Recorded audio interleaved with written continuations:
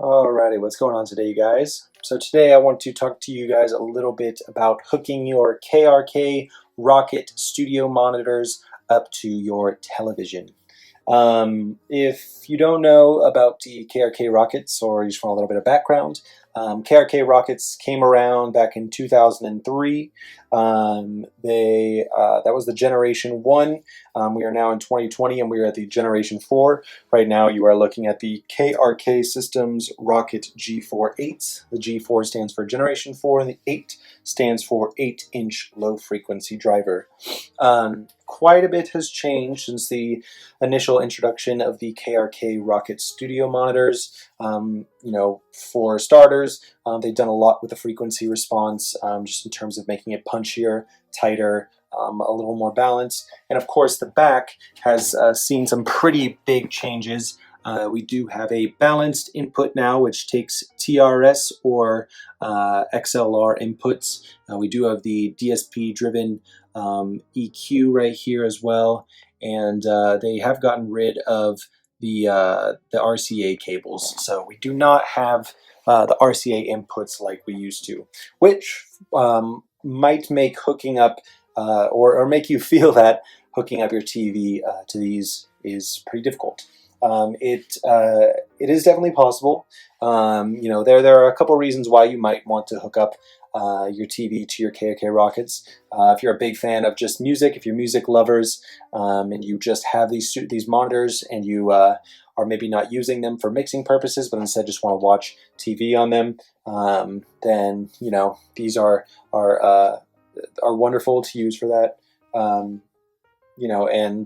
they just are great, kind of crystal clear studio monitors all around. So, if you don't have an extra pair of speakers, or maybe you have a TV that's a little quieter and you just want to get a bit more volume out of it, then these are great to do so. It is important to note that you can definitely link them up and get them working with your TV. You just have to make sure that your signal flow is correct. That is the most important thing, or else you're going to end up with no signal or very, very light, kind of weak signal, and you don't want either of those things, of course. Now, I'm going to kind of generalize here, but most of these days, or most TVs these days, only have one option for sending audio out separate from your video input, and that's optical, which is basically a toslink cable. There are a few ways to do this, but I've kind of figured out the most practical way of doing so.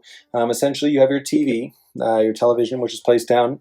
You do have your optical cable. An optical cable, you're going to find, you can find it at pretty much any electronic store or any online store for very, very cheap. Hook out your optical cable, and then you're going to go to an A to D converter. An A to D converter is going to be something along the lines of an interface, or something that can take the analog, the optical cable, and transfer it into digital. Then you're going to have an RCA cable that's going to come out the back. That's going to allow you to essentially get or use your remote to work the sound rather than the actual amplifier on the next part, which is the stereo converter. The stereo converter is going to be your next piece in the chain. Out from the stereo converter, you're going to have two XLR or two tip ring sleeve TRS 1/4 inch outputs, similar to this right here. Essentially, those are going to allow you to go stereo. So when you go out the back, you get one in your left and one in your right studio monitor, and you're good to go. So essentially, the way it works is you got TV optical cable to your AD converter, RCA cable to your stereo converter, and then two XLR or instrument cables to your studio monitors, and you're good to go. It's really, really simple.